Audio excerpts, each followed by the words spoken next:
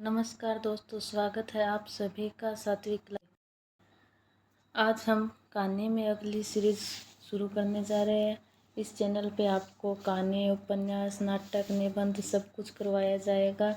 आज हम अपना अपना भाग्य कहानी पढ़ेंगे और इसका हमारे जीवन पे क्या मोरल, क्या नैतिक प्रभाव पड़ता है वो भी देखेंगे। हम सारे उपन्यास, कहानी, नाटक, निबंध लाइन बाय लाइन पढ़ेंगे। चैनल के साथ अपना प्यार बनाए रखें, वीडियो को पूरी देखें और पसंद आए तो लाइक, शेयर और सब्सक्राइब जरूर करें। आज की क्लास हम एक मोटिवेशन कोट के साथ शुरू करते हैं।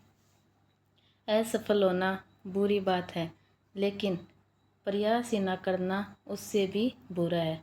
तो हाँ, अगर हम असफल होते हैं तो हमें बुरा लगता है और बुरी बात भी है, गलत भी है। लेकिन अगर हम एक बार असफल हो गए, एक बार गिर गए, फिर से अगर हम दोबारा उठने का ही प्रयास नहीं करेंगे, वो उससे भी गलत है। तो आज की हमारी कहानी कौन सी है? अपना अपना भाग्य। इसमें हम देखेंगे कि ये हमारी ज़िंदगी में क्या हमें शिक्षा देती है। तो आज की कहानी शुरू करते हैं। ये मेरे खुद के बनाए हुए नोट्स हैं, इससे मैं आपको बताऊंगी कैसे कैसे आपको कहानी पढ़नी है यूजीसी नेट के लिए। ये हमारी क्लास है UGC NET, UP TGT, PGT, UHCC के लिए चल रही है, यूपीएचएससी के लिए, अल्टी ग्रेड सब के लिए बेनिफिशियल है। तो क्लास को पूरा देखना है और थोड़ा सा गलत बोला गया उसके लिए सॉरी। तो आज की क्लास हम शुरू करते हैं। अपना अपना भाग्य। लेखक है जैनेंद्र। 1905 में इनका जैनेंद्र का जन्म हुआ है। प्रकाशन कब है? 1931 में। कौन से कहानी संग्रह में? वातायन कहानी संग्रह में। कितनी कहानियाँ हैं? 13 कहानियाँ हैं। 13 कौन कौन सी कहानियाँ हैं? फोटोग्राफी, खेल, चोरी, अपना अपना भाग्य, अंधे का भेद, दिल्ली में आतिथ्य, विवाह, व्याह, निर्मम, साधु की हट, चालित चित, तमाशा, भाभी। तो ये कहानियाँ वातायन कहानी संग्रह में संग्रहित है। जैनेंद्र ने इसके बारे में क्या कहा है? कहानी एक भूख है जो निरंतर समाधान पाने की कोशिश करती है। जैनेंद्र की कोटेशन है, इम्पोर्टेंट है। कहानी एक भूख है जो निरंतर समाधान पाने की कोशिश करती है। प्रथम प्रकाशन इसका कब हुआ था? मैंने आपको बताया था 1931 में। तो ये वातायन कहानी संग्रह में संकलित हुई थी, लेकिन 1929 में भी इसका प्रकाशन हुआ था। कौन सी पत्रिका में, याद है किसी को? बताया था शुरू में जब हमने लिखी थी, विशाल भारत पत्रिका में ये छपी थी 1929 में। तो इसके अंदर क्या है? शिक्षित मध्य वर्ग की स्वार्थपरकता को उजागर करने वाली ये कहानी है। इसके अंदर क्या क्या पॉइंट इम्पोर्टेंट है वो देख लो। भी इसका क्या मूल निकलता है, निचोड़। गुलाम भारत की 20वीं सदी के नैनीताल शहर का परिवेश दिखाया गया है। मध्य वर्ग की खोखली सहानुभूति और भाग्य की क्रूरता को चित्रित करती है। उसकी दीनता पर व्यंग्य करती है। यह कहानी सामाजिक भेदभाव, विषमता एवं पराधीनता को दिखाती है। इस कहानी में व्याप्त विषमता आर्थिक और सामाजिक दोनों स्तरों पर है। कौन सी शैली का प्रयोग हुआ इसके अंदर? संवाद शैली का प्रयोग हुआ है। पहाड़ों के सौंदर्य को उद्घाटित किया गया है और यह एक विचार प्रधान कहानी है, यानी विचार प्रधान कहानी है। इसके हम पढ़ते हैं तो हमारे विचारों का एक तांता सा बन जाता है, तो वो ये विचार प्रधान कहानी है। यह कहानी भाग्यवादी विचारों का समर्थन नहीं करती, यानी ये कहानी भाग्य पर समर्थन नहीं है। भारतीय स्त्री पुरुषों की तुलना अंग्रेज स्त्री पुरुषों से की गई है, यानी भारतीय अंग्रेजों के साथ कैसा व्यवहार करते हैं, कैसे उनको देखकर कितने उनके आगे पीछे घूमते हैं, वो दिखाया गया है। अंग्रेजों की चाटुकारिता करने वालों पर व्यंग्य करती है। कहानी में बेरोजगारी की समस्या चित्रित की गई है, यानी ये जो हम आज कह रहे हैं बेरोजगारी, ये आज की नहीं है। अंग्रेज़ों के टाइम में भी ये देखो, जो हमारे हिंदी ये है, जो हम साहित्य, हमारे क्या शुक्ल जी ने क्या कहा है, साहित्य समाज का दर्पण है। तो उस समय भी बेरोजगारी थी। साहित्य हमें समाज में क्या हो रहा है वो दिखाता है। तो उस समय भी बेरोजगारी थी। और कौन कौन सी स्थान स्थान इम्पोर्टेंट है जो भी आए। तो एक नैनीताल का जिक्र हुआ है इसके अंदर, और एक है होटल डी पब। तो दो स्थानों का यहाँ पे जिक्र हुआ है। एक पहाड़ी लड़के का जिक्र है, पात्र देख लो। पहाड़ी लड़का है, उसकी उम्र है 10 वर्ष। लेखक है खुद जो कथावाचक है, यानी कथा को बताता है, और लेखक के एक मित्र है। गौण पात्र में लेखक के 2 वकील मित्र है। गौण पात्र है ये, यानी बीच में थोड़ा सा जिक्र आता है इनका। और लड़के का एक साथी है, उसका भी जिक्र आता है। उसे उसका मालिक मार देता है। तो कहानी शुरू करते हैं। जो जो बताती जाऊँ इम्पोर्टेंट वो लिखते जाना। शुरुआत कहाँ से होती है कहानी की? बहुत कुछ निरुद्देश्य घूम चुकने पर हम सड़क किनारे की एक बेंच पर बैठ गए। नैनीताल की संध्या धीरे धीरे उतर रही थी। यहाँ से कहानी की शुरुआत होती है। स्थान कौन कौन से मैंने बता दिया, नैनीताल और होटल डी पब। कब मिलने को बुलाते हैं? 10 बजे मिलने को कहा था। ये मैंने इम्पोर्टेंट तो देख लेना आप, कैसे मैंने अपने नोट्स बनाए थे। पीछे हमारे पोलो वाला मैदान फैला था। सामने अंग्रेज़ों का एक प्रमोद गृह था, जहाँ सुहावना रसीला बाजा बज रहा था, और पार्श्व में था वही सुर में अनुपम नैनीताल। ये इम्पोर्टेंट लाइन है। वैसे वे अकड़ कर चलते थे, मानो भारत भूमि को इसी अकड़ के साथ कुचल कर चलने का उन्हें अधिकार मिला, यानी भारतीयों के लिए कहा है। रास्ते में 2 मित्रों का होटल मिला। दोनों वकील मित्र छुट्टी लेकर चले गए। हम उस सूते कोहरे में रात के ठीक 1 बजे, कितने बजे? ठीक 1 बजे, तालाब के किनारे उस भीगी बर्फ सी ठंडी हो रही लोहे की बेंच पर बैठ गए। 3 गज की दूरी से दिख पड़ा एक लड़का। लड़के की आयु क्या है? 10 वर्ष। और क्या मिलता था उससे? जो नौकरी करता था उसके बदले 1 रुपया और जूठा खाना। 15 कोस दूर लड़के का गांव था। वकील का कमरा 4 रुपये रोज के। उस समय 4 रुपये भी बहुत होते थे भाई, अब सोचो भी 4 रुपये। किराए वाले कमरे में सजी मसहरी पर सोने झटपट चले गए। उदास मित्र ने कहा, स्वार्थ जो कहो, लाचारी को, निष्ठुरता को, या बेहयाई, मारो दुनिया की बेहयाई, मानो होगा यहाँ पे, मानो दुनिया की बेहयाई ढकने के लिए प्रकृति ने सब के लिए सफ़ेद और ठंडे कफन का प्रबंध किया हो। सब सुना और सोचा अपना अपना भाग्य। इसके साथ कहानी का समाप्त हो जाती है। तो कहानी शुरू करते हैं, लाइन बाय लाइन हम कहानी को पढ़ेंगे। अपना अपना भाग्य जैनेन्द्र की है। कब प्रकाशित हुई थी? 1931 में, वातायन कहानी संग्रह में। और जैनेन्द्र का जन्म कब होता है? 1905 में।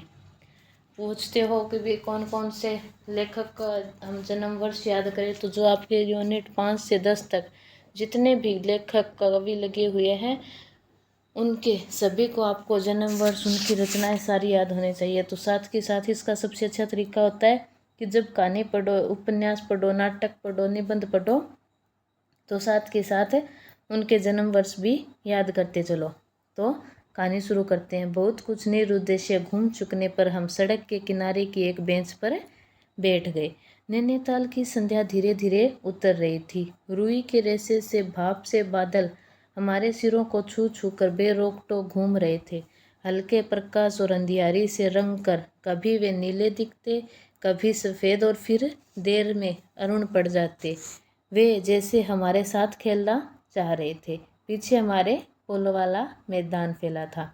सामने अंग्रेजों का एक प्रमोद गृह था, जहाँ सुहावना रसीला बाजा बज रहा था, और पार्श्व में था वही सुर में अनुपम नैनीताल। ये मैंने बता दिया था। इम्पोर्टेंट लाइन जो मैंने बनाई है वो आप भी देख लेना, आपको क्या लिखना है और क्या छोड़ना है। ये ज़रूरी नहीं कि हमें ये पता हो कि हमें क्या पढ़ना है, ये पता होना बहुत ज़रूरी है कि हमें क्या छोड़ना है। मैं ये बार बार रिपीट कर रही हूँ ये बात कि हमें जो यूजीसी नेट का एग्ज़ाम क्रैक करना है, तो हमें ये पता होना चाहिए कि हमें क्या छोड़ना है और क्या हमारे लिए पढ़ना ज़रूरी है। इस चीज़ की हमें बहुत अच्छे से पहचान होनी चाहिए।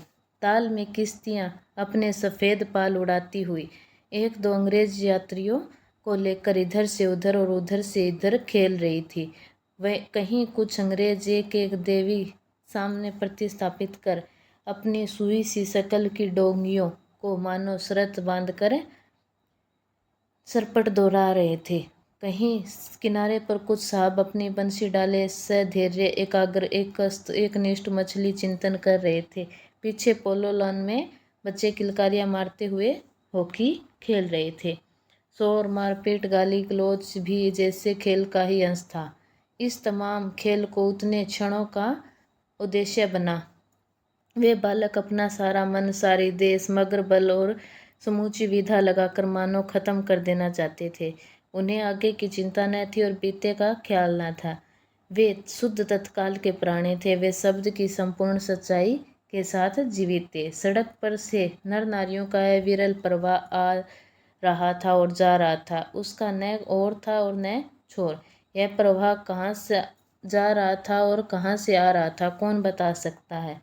सब उम्र के, सब तरह के लोग उसमें थे। मानो मनुष्यता के नमूनों का बाजार सजकर सामने से इठलाता निकला चला जा रहा हो। अधिकार गर्व में तने अंग्रेज उसमें थे और चिथड़ों से सजे घोड़ों की बाग थामे वे पहाड़ी उसमें थे जिन्होंने अपनी प्रतिष्ठा और सम्मान को कुचलकर शून्य बना लिया हो और जो बड़ी तत्परता से दुम हिलाना सीख गए हो। यानी यहाँ पे अंग्रेजों की जो चाटुकारिता करते थे भारतीय लोग, उसका वर्णन है। भागते खेलते हंसते शरारत करते लाल लाल अंग्रेज बच्चे थे और पीली पीली आंखें फाड़े पिता की उंगली पकड़कर चलते हुए अपने हिंदुस्तानी नैनिहाल भी थे। अंग्रेज पिता थे जो अपने बच्चों के साथ भाग रहे थे, हंस रहे थे और खेल रहे थे। उधर भारतीय पितृदेव भी थे जो बुजुर्गी को अपने चारों तरफ लपेटे धन संपन्नता के लक्षणों का प्रदर्शन करते हुए चल रहे थे। अंग्रेज रमणियाँ थी जो धीरे धीरे नहीं चलती थी, तेज चलती थी। उन्हें न चलने में थकावट आती थी, न हंसने में मौत आती थी। कसरत के नाम पर घोड़े पर भी बैठ सकती थी और घोड़े के साथ ही साथ जरा जी होते ही किसी किसी हिंदुस्तानी पर कोड़े भी फटकार सकती थी। वे दो दो तीन तीन चार चार की टोलियों में निशंक निरापद इस प्रभाव में मानो अपने स्थान को जानती हुई सड़क पर चली जा रही थी। ये इम्पोर्टेंट है, समझ ही नहीं आएगा कि कौन से निबंध या कहानी में है। ये लाइन पूछ ली तो हम भारतवर्षोन्नति कैसे हो सकती है उसी में चले जाएंगे। उधर हमारे भारत की कुल लक्ष्मी सड़क के बिल्कुल किनारे दामन बचाती और संभालती हुई सड़ी की कई तहों में सिमट सिमट कर लोकलाज, सत्रित्व और भारतीय गरिमा के आदर्श को अपने परिवेष्टनों में छिपा कर सहमे सहमे धरती में आंख गाड़े कदम कदम बढ़ रही थी। आज भी हमारे भारत की यही संस्कृति है और ये आज से कितने साल पहले भी जैनेंद्र ने दिखाई है। इसके साथ ही भारतीयता का एक और नमूना था। अपने कालेपन को खुर्च खुर्च कर बहा देने की इच्छा करने वाला अंग्रेजी दा पुरुषोत्तम भी थे जो नेटिवों को देखकर, यानी अंग्रेजों को देखकर, नेटिव होते मतलब हमारे भारतीय थे, को देखकर मुंह फेर लेते थे और अंग्रेज को देखकर आंखें बिछा देते थे और दुम हिलाने लगते थे। वैसे वे अकड़ कर चलते थे मानो भारत भूमि को इसी अकड़ के साथ कुचल कुचल कर चलने का उन्हें अधिकार मिला है।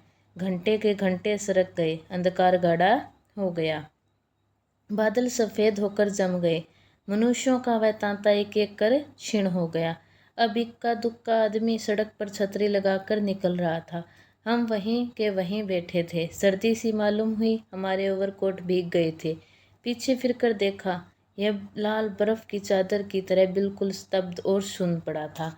सब सन्नाटा था। तल्ली लाल की बिजली की रोशनियाँ दीप मालिका सी जगमगा रही थी। वह जगमगाहट 2 मील तक फैले हुए प्रकृति के जल दर्पण पर प्रतिबिंबित हो रही थी। जो भी संख्या है वो आपकी खुद की जिम्मेदारी है कि आप अपने, इतनी उम्मीद करती हूँ कि कॉपी पेन लेकर बैठे होंगे और नोट्स बना रहे होंगे, तो जो भी संख्या है वो नोट करना।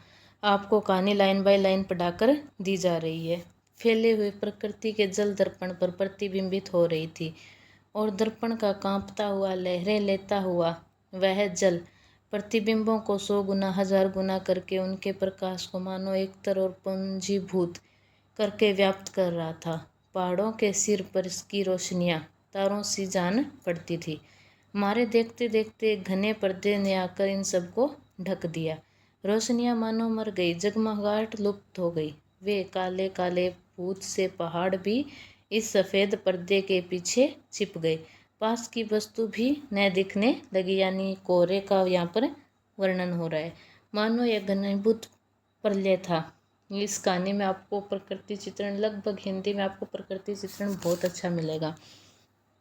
सब कुछ इस घनी गहरी सफ़ेदी में दब गया। एक शुभ्र महासागर ने फैलकर संस्कृति के सारे अस्तित्व को डुबो दिया। ऊपर नीचे चारों तरफ वह निर्भेद्य सफ़ेद शून्यता ही फैली हुई थी।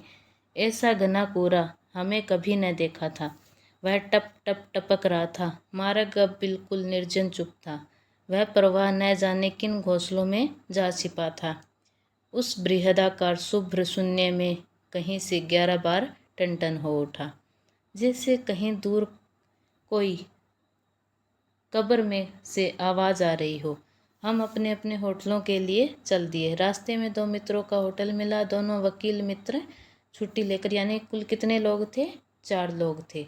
2 वकील मित्र तो चले गए और 2 जो दोस्त है वो आगे, इसका वर्णन मिलेगा। हम दोनों आगे बढ़े, हमारा होटल आगे था। ताल के किनारे किनारे हम चले जा रहे थे। हमारे ओवरकोट तर हो गए थे। बारिश नहीं मालूम होती थी, पर वहाँ तो ऊपर नीचे हवा के कण कण में बारिश थी। सर्दी इतनी थी कि सोचा कोट पर एक कंबल और होता तो अच्छा होता। रास्ते में ताल के बिल्कुल किनारे पर बेंच पड़ी थी।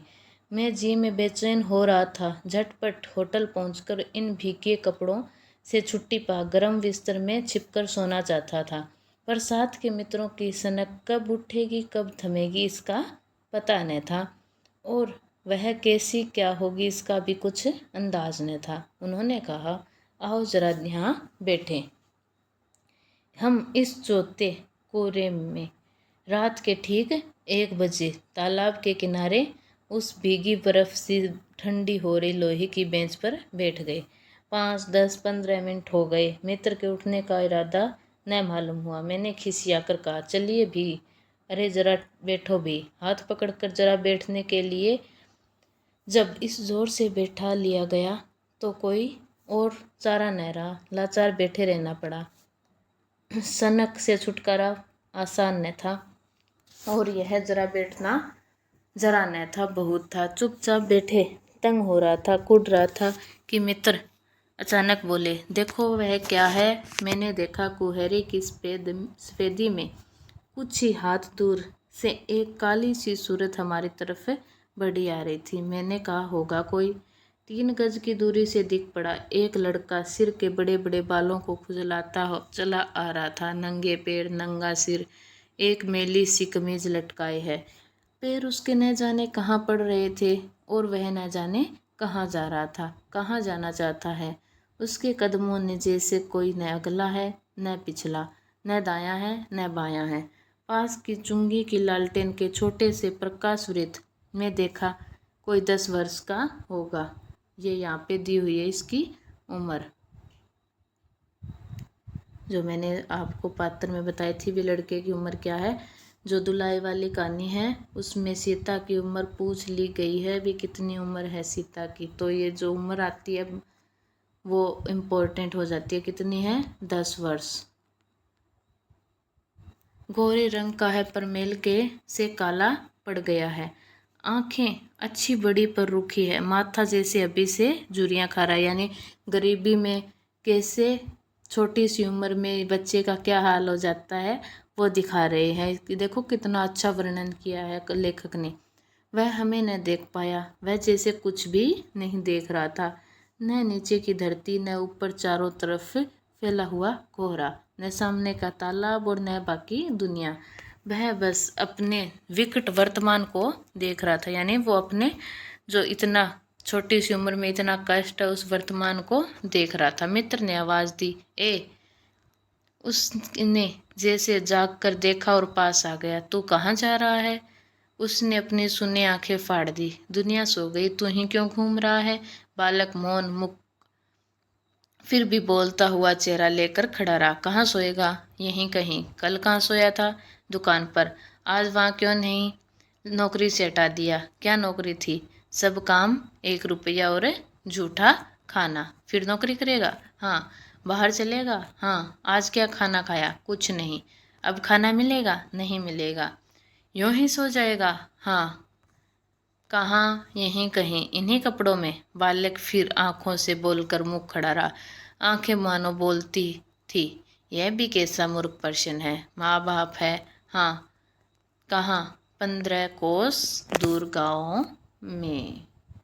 ये देखो यहाँ पे 15 कोस, कहाँ पे उसका गांव? 15 कोस दूर गांव है। तू भाग आया? हाँ। क्यों? मेरे कई छोटे भाई बहन थे। है सो भाग आया। वहाँ काम नहीं, रोटी नहीं। बाप भूखा रहता था और मारता था। माँ भूखी रहती थी और रोती थी, सो भाग आया। एक साथी और था, उसी गांव का, मुझसे बड़ा था। दोनों साथ यहाँ आए थे। वह अब नहीं है। तो गरीबी का देखो कैसा हालात हो जाती है गरीबी में परिवार की, वो दिखाया है। कहाँ गया? मर गया। मर गया? हाँ मर गया। हाँ साहब ने मारा, मर गया। अच्छा हमारे साथ चल। वह साथ चल दिया।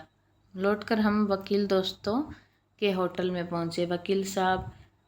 वकील लोग होटल के ऊपर के कमरे में से उतर कर आए। कश्मीरी 2 साला लपेटे थे, मोजे चढ़े, पैरों में चप्पल थी, सवर में हल्की सी झुंझलाहट थी, कुछ लापरवाही थी। आहा। फिर आप कहिए। आपको नौकर की ज़रूरत थी न? देखिए ये लड़का है। कहाँ से ले आए? इसे आप जानते हैं? जानता हूँ, यह बेईमान नहीं हो सकता। अजी ये पहाड़ी बड़े शैतान होते हैं, बच्चे बच्चे में कुल छिपे हैं। आप भी क्या अजीब है, उठा लाए कहीं से। लो जी ये नौकर लो, मानिए तो यह लड़का अच्छा निकलेगा। आप भी जी बस खूब है। एरे गेरे को नौकर बना लिया जाए, अगले दिन वह न जाने क्या क्या लेकर चंपत हो जाए। देखो गरीबों की कैसी स्थिति है, वे कोई काम ही नहीं देना चाहता। आप मानते ही नहीं, मैं क्या करूं? माने क्या खाक, आप भी जी अच्छा मजाक करते हैं। अच्छा अब हम सोने जाते हैं। और वे 4 रुपए रोज के किराए वाले कमरे में सजी मसहरी पर सोने झटपट चले गए।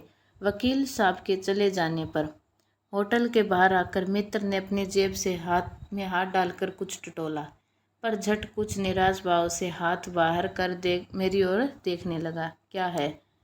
इसे खाने के लिए कुछ देना चाहता था। अंग्रेजी में मित्र ने कहा, मगर 10-10 के नोट है। नोट ही शायद मेरे पास है, देखूं? सचमुच मेरी पॉकेट में भी नोट ही थे। हम फिर अंग्रेजी में बोलने लगे। लड़के के दांत बीच बीच में कटकटा रहे उठते थे। कड़ाके की सर्दी थी। मित्र ने पूछा तब? मैंने कहा 10 का नोट ही दे दो, शक पकाकर। मित्र मेरा मुंह देखने लगे। अरे यार बजट बिगड़ जाएगा। रीते में जितनी दया है पास में उतने पैसे तो नहीं है। यानी कितने स्वार्थ पड़ता है, यानी अपना काम बीच में ना रुक जाए, तो वो भी दिखाया गया है। तो जाने दो, यह दया ही इस जमाने में बहुत है, मैंने कहा। मित्र चुप रहे, जैसे कुछ सोचते रहे। फिर लड़के से बोले, अब आज तो कुछ नहीं हो सकता, कल मिलना। वह होटल डी पब जानता है? कहाँ पे? Hotel D pub. 10 बजे। कितने बजे मिलने बुलाया था? 10 बजे। वहीं कल 10 बजे मिलना। हाँ कुछ काम देंगे हुजूर? हाँ हाँ ढूंढ दूंगा। तो जाऊं? हाँ। ठंडी सांस खींचकर मित्र ने कहा, कहाँ सोएगा? यहीं कहीं बेंच पर, पेड़ के नीचे, किसी दुकान की भट्टी में। बालक फिर उसी प्रेत गति से एक और बढ़ा और कुएरे में मिल गया।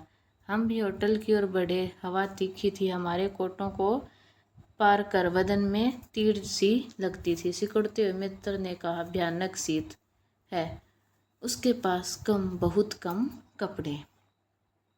यह संसार है यार। मैंने स्वार्थ की फिलॉसफी सुनाई। चलो अब पहले बिस्तर में गर्म हो लो, फिर किसी और की चिंता करना। यानी वो कहते हैं ना, अपना काम बनना चाहिए, दूसरा बाढ़ में जाए। तो वो बात है यहाँ पे, कितने स्वार्थ है।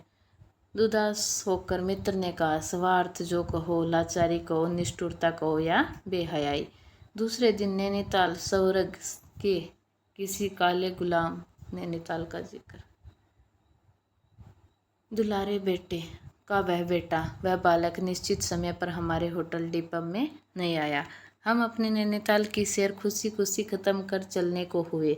उस लड़के की आस लगाते बैठे रहने की ज़रूरत हमने न समझी। मोटर में सवार होते ही थे कि यह समाचार मिला कि पिछली रात एक पहाड़ी बालक सड़क के किनारे पेड़ के नीचे ठिठुर कर मर गया। यानी वो जो बच्चा था वो मर गया। मरने के लिए उसे वही जगह, वही 10 वर्ष की उम्र और वही काले चित्रों की कमीज मिली। आदमियों की दुनिया ने बस यही उपहार उसके पास छोड़ा था। पर बताने वालों ने बताया कि गरीब के मुंह पर छाती, मुट्ठी और पैरों पर बर्फ की हल्की सी चादर चिपक गई थी। मानो दुनिया की बेहयाई ढकने के लिए प्रकृति ने सबके लिए सफ़ेद और ठंडे कफन का प्रबंध कर दिया था। सब सुना और सोचा अपना अपना भाग्य। यहाँ पे कहानी ख़त्म होती है। पसंद आई तो लाइक, शेयर और सब्सक्राइब करना और ज़्यादा से ज़्यादा मेहनत करो।